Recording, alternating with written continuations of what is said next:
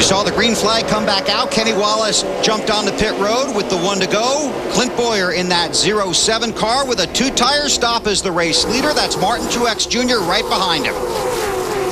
And this is a perfect time to try 2 tires, if you're going to try 2 tires. And I think we'll see some in certain situations as the night goes on. And this was a perfect time to see what 2 does versus 4. You watched the action on the track. Let's check down in the garage. Well, we're with Tony Stewart. Tony just crawled out of the car. What happened out there?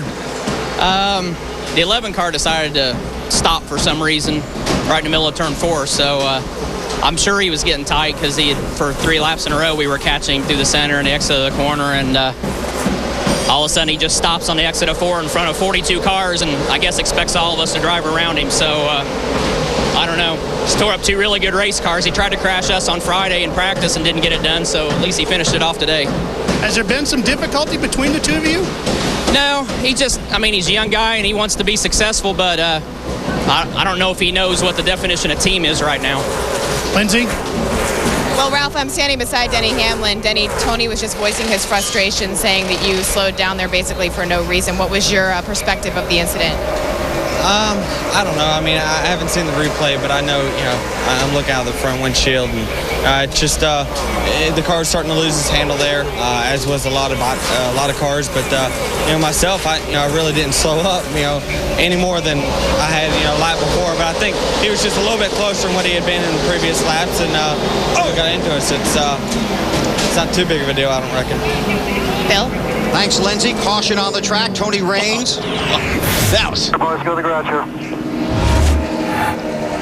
Man, that's just unusual. I mean, really, this is unusual. We don't normally see this. No, and this racetrack must just be incredibly slick, and these cars are either pushing real bad. And I think Denny said something really. I don't know who it was. Got in the back of you off before. I think Denny said something really that's telltale sign of where the night's going. We'd only run 10 or 15 laps, and he said the car was already losing its handle. 10 or 15 laps into a race, when the car goes away, you're in trouble. Larry?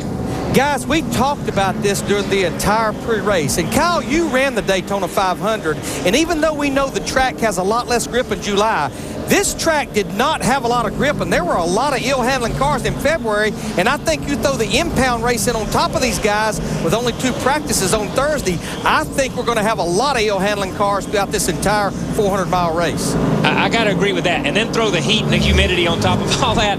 I'm going to tell you, man, we got a lot going on out here right now. Okay. Keep coming. No, got to spin.